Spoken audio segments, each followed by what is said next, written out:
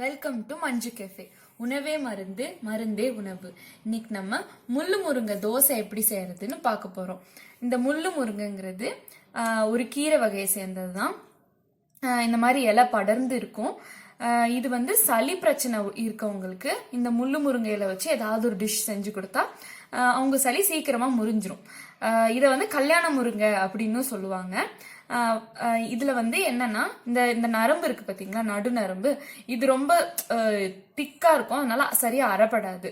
அதனால என்ன பண்ணோம், இதை வந்து இப்படி இப்படி நடுவுல எப்படி இருக்குன்னா இப்படி பிடிச்சி எடுத்துடணும். அப்படிலாம் எடுத்துட்டோம்னா இந்த நடு நரம்பெல்லாம் பிரிஞ்சு வந்துடும்.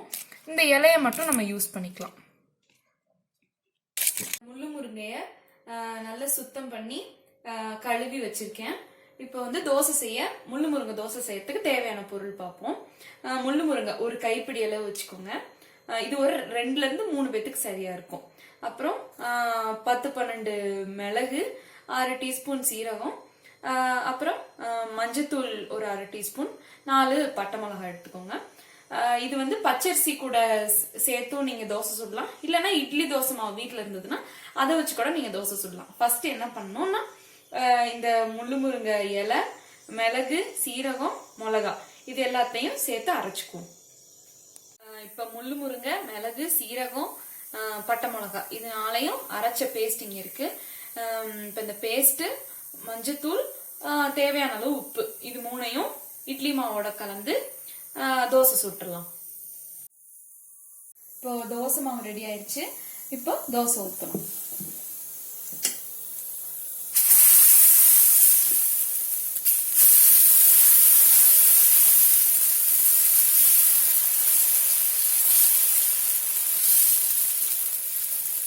இப்போ முள்ளு முருங்கை தோசை ரெடி ஆயிடுச்சு.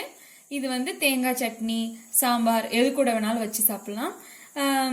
இல்லைன்னா வீட்டில் அரைச்ச பொடி, கடையில் வாங்குற பொடி, எந்த பொடி இருந்தாலும் அது மேலே அப்படியே தூவி விட்டுட்டு அதை அப்படியே ரோல் பண்ணி சாப்பிடலாம். எதுவும் இல்லைன்னா இதை தோசை மட்டுமே வச்சு கூட சாப்பிடலாம். ஹெல்த்தியாக தான் இருக்கும். இந்த வீடியோ பிடிச்சிருந்தா லைக் பண்ணுங்க. இது போன்ற நிறைய வீடியோக்களுக்கு எங்கள் சேனலுக்கு சப்ஸ்கிரைப் பண்ணுங்க. வீட்டில் நீங்கள் செஞ்சு பார்த்துட்டு உங்களோட கமெண்ட்ஸ் என்னன்னு எங்க கூட ஷேர் பண்ணுங்க. தேங்க்யூ.